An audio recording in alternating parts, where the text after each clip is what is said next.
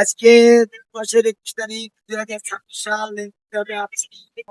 আর সৈকতের টেকনাফ যাওয়ার পথে ঝাউপালা যেটা হিটফড়ি। আমি শুধু এতটুকুই বলতে চাই যে আমাদের কয়েকটা বিষয় সম্পর্কে অনেকে আমাদেরকে প্রশ্ন করে। সে প্রশ্নগুলো হচ্ছে, আমরা কোন ধর্ম? আমরা তো ধর্ম পালন করি, আমাদের ধর্মের নাম ইসলাম। যে আপনাদের ধর্মের নাম ইসলাম কেন? আমাদের ধর্মের নাম ইসলাম এই জন্য যে আমাদের ইচ্ছা শক্তিকে আমরা সম্পূর্ণরূপে আল্লাহ পাকের প্রতিনিধি, আল্লাহর রসুল, সেই রসুল আমাদের গুরু, সেই গুরুর কাছে আমাদের সম্পূর্ণ ইচ্ছা শক্তি সেজদার মাধ্যমে সমর্পণ। এই জন্য আমরা নিজেকে আত্মসমর্পণ করার জন্য আমরা আল্লাহ বিশ্বাস করে সেখানে আদম কবে আল্লাহকে সেজদার মাধ্যমে আত্মসমর্পণ করে, তাই আমাদের ধর্মের নাম ইসলাম। এখন ধর ভালো কথা, ইসলাম ধর্ম তো এরকম ভাবে চুলদারি মশাই কি একটা সুন্দর সুন্দর মতন একটা ভাবতী এটা। হ্যাঁ, আমি বললাম যে আল্লাহ পাকের দেওয়া সুন্দর, যেটা আদম আলাইহিস সালামকে বেহেশতের ভিতরে আল্লাহ দিয়েছিল, সেই আল্লাহ পাকের দেওয়া সুন্দর চুলদারি মোষ, এটা যদি আমি মুসলমান হয়ে কেটে ফেলি তাহলে আল্লাহ পাকের একটা আয়াতের বিরুদ্ধে গেলাম। আল্লাহ দেওয়া সুন্নত যদি আমি না রাখতে পারি তাহলে আল্লাহ পাকের কাছে কে আত্মসমর্পণ? আমি যদি আমার ইচ্ছা শক্তিকে আল্লাহর কাছে সমর্পণ করার পরে আমার নিজের ইচ্ছায় যদি আমি মোষ কাটি, তাহলে তো আমি আমার ইচ্ছা শক্তিকে সমর্পণ করি নাই, বিদায় তো আমি আত্মসমর্পণকারী প্লেয়ার গণ্য থাকি না। তো আমি কোরআন গবেষণা দেখলাম, আমি আরবিতে সাহিত্য পড়ে শেষ করছি, আমি কোরআনের উপরে গবেষণা করে দেখলাম যে মোষ হারাম করেছে, হেরাম মর্মে কোরআনের প্রায়। এটার ভিতরে আল্লাহ পাক এই চুলদারি মোষকে হারাম করে নাই কেন? যদি আল্লাহ এটা হারাম পাক, আল্লাহ পাক দিল আদমকে থেকে, আরে মোষ যদি করে হারাম করে, শয়তান আল্লাহকে বলবে তুমি তখন দিয়েছিলে, ওরা তখন ভালো মনে করে দিয়েছিলে, এখন তুমি মনে করলে যেটা আমার ভুল হয়েছে, হ্যাঁ তুমি তোমার দেওয়াটা ভুলছি। মানে মোষটাকে হারাম করলে ইবলিসের কাছে এটা প্রমাণ হয়ে যাবে যে আল্লাহ ভুল। আল্লাহ তো ভুল করে না। কাজে আল্লাহ কোরআনের ভিতরে যতগুলো আয়াত দিয়েছে মোষটাকে হারাম বা মোষকে খেতে হবে, এরকম কোন আয়াত দেয় না। গবেষক হিসেবে বলেন, আপনি 3 বার 3 করে বলো না, টাইটেল পাস করে আপনি মোষা হারাম করেন, কোন জায়গায় আছে? এমনটা তো নাই। হাদিস আছে, হাদিস সূরা তাওরাতের 1 নম্বর আয়াত বলছে, আল্লাহ বলছে আমি যা কিছু হালাল করেছি, হালাল করেছি কি সূরা বলেছে, সূরা ইমরানের 93 নম্বর আয়াত থেকে দেখো, ইসরায়েলের জন্য আমি যা কিছু হারাম করেছিলাম তার বাদে বাকি সব হালাল। আল্লাহ যদি এই মোষটাকে হারাম না করে তাহলে বাকি তালিকায় মোষ হারাম। হালাল বস্তুকে যারা হারাম বলে তারা সূরা মায়দার 27। আর আল্লাহর রসুলের নামে তোমরা অপবাদ দিচ্ছ যে আল্লাহ হারাম করে নাই, রসুল এটা হারাম করেছে, এখন এটা দেখাতে অসুবিধা হয় তাই। আরে মূর্খ, সূরা তাওরাতের 1 নম্বর আয়াত খুলে দেখ, আল্লাহ নবী কি ধমক দিয়ে বলছে, হে নবী আমি যা কিছু হালাল করি তা তুমি হারাম করো কেন? তার মানে আল্লাহর দেওয়া সুন্দর যে চুলদারি মোষ আল্লাহ হারাম করে নাই, নবীও হারাম করে নাই। তোমরা এই এজিতের অনুসারী, হুসেনকে কতল করার সময় হুসেনের দলের লোকের চুলদারি মোষ ছিল, তোমরা দেখে দেখে এজিতের দলের লোকের সিগন্যাল নেওয়ার জন্য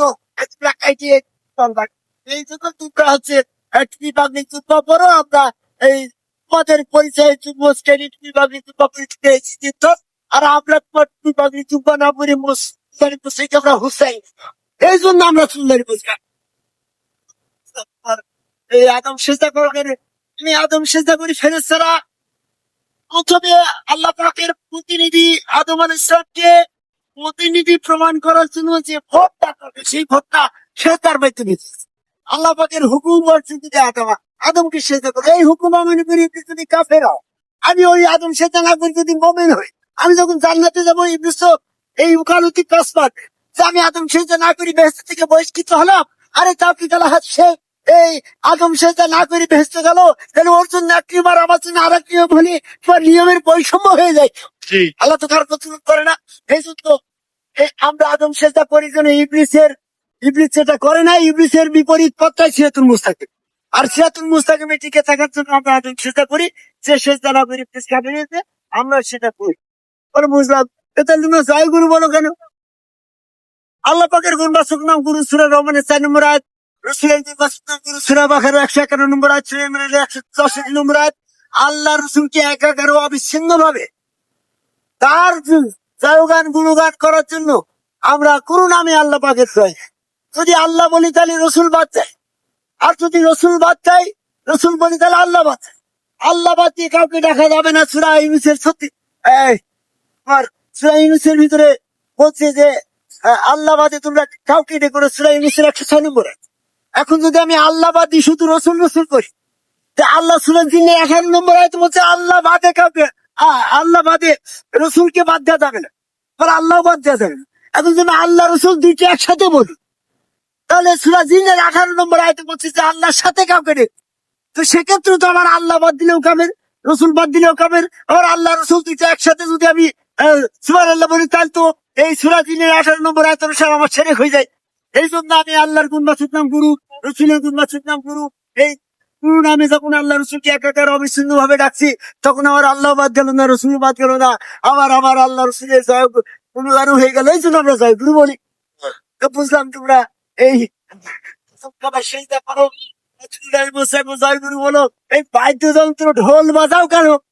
আরে বাদ্যযন্ত্র ঢোল আমি বাজাবো না কেন? বলে এটা হারাম করেছে। আর হারাম করেছে মূর্খ তুমি পাইলে কোথায়? পবিত্র কোরআন গবেষণা করে আমি দেখলাম বাদ্যযন্ত্র হারামের বলবে কোরআনে কোনো আয়াত নেই। তুমি কোথায় পেলে? তোমার তো হাদিস আছে। আল্লাহ রসুলের নিষেধাজ্ঞা অমান্য করে যে লোকটা চলে, তো আল্লাহ রসুলের নিষেধ রসুল বাদ্যযন্ত্র হারাম করেছে, তুমি হাসি বলছিস আল্লাহ রসুলের নিষেধ অমান্য করে কি তোমার 29 নম্বর আয়াতে বলছে। আরে মূর্খ, আল্লাহ যদি হারাম করে, যেটা হালাল করেছে রসুল যদি হারাম করে, তাহলে সূরা তাওরাতের 1 নম্বর আয়াতের পরিপন্থী হয়ে যায়। এই জন্য সূরা তাওবার 29 নম্বর আয়াতে বলা হচ্ছে আল্লাহ ও রসুলের নিষেধ যেটা আল্লাহ হারাম করেছে, এই আল্লাহর নিষেধ অমান্য করে সুদ খাই বেড়াচ্ছে। রসুলের কাছে যখন গেল, রসুল তখন নিষেধ করলে তুমি আর সুদ খাবা না, তখন ওই ব্যক্তি রসুলের হুকুম ছিল আর সুদ খাওয়া ছেড়ে দিল। ওই লোকটি আল্লাহ রসুলের আনুগত্য করি, আর এক ব্যক্তি আল্লাহর আনুগত্য, আল্লাহর নিষেধ অমান্য করে সুদ খাচ্ছিল। তখন রসুল্লাহ নিষেধ করে দেন সুদ খাওয়া হারাম, আল্লাহ হারাম করে তুমি করতে পারবে না, তখন সে আল্লাহর হুকুমও মানলো না, রসুলের হুকুমও মানলো না। ওই লোকটার কথা বলা রয়েছে তোমার তোমার বাদ্যযন্ত্র সাইজ করার জন্য তোমার 29 নম্বর আয়াতে প্রেক্ষাপটটা আটকে দাও। তবে বলুন বাজাবা কেন? আপনি সূরা মুজাম্মিলের 8 নম্বর আয়াতে বলছে তুমি আল্লাহকে স্মরণ করো এবং একনিষ্ঠ ভাবে তাতে নিমগ্ন হও। আল্লাহ পাকের একনিষ্ঠ ভাবে নিমগ্ন হতে গিয়ে আমি পাহাড়ে, পর্বতে, জঙ্গলে, মাদ্রা, কাবা ঘরে, মসজিদে, নির্জনে যতবার আল্লাহ আল্লাহ করতে গেছি, কোনো না কোনো চিন্তা মস্তিষ্কের ভিতরে ঢুকে আমি আল্লাহর স্মরণে একনিষ্ঠ হতে পারি নাই।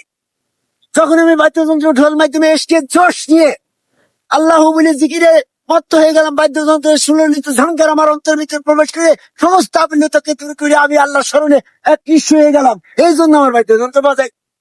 এক পরিসরে অনেক কিছু করা যাবে না, পবিত্র কোরআন থেকে বিষয়ভিত্তিক আলোচনার মাধ্যমে আমি বই দিয়েছি। এই রসুল নিয়ে আল্লাহ বিশ্বাস করে সেখানে সেজদা ভক্তি ইসলামের মুসলমানের একমত উপায়, সেখানে সেজদার মধ্যে আদম কামাই আল্লাহকে সেজদার মাধ্যমে আত্মসমর্পণ করার মাধ্যমে আমরা মৃত্যুর পরে যখন ইমান পরীক্ষা করা হবে, তখন বলা হবে বলা হবে সাক্ষী, সেদিন আল্লাহ পাকের পা প্রকাশ করে পায় সেজদা দিতে বলা হবে। তারা সক্ষম হবে না যারা দুনিয়াতে আদম সেজদা করে নাই।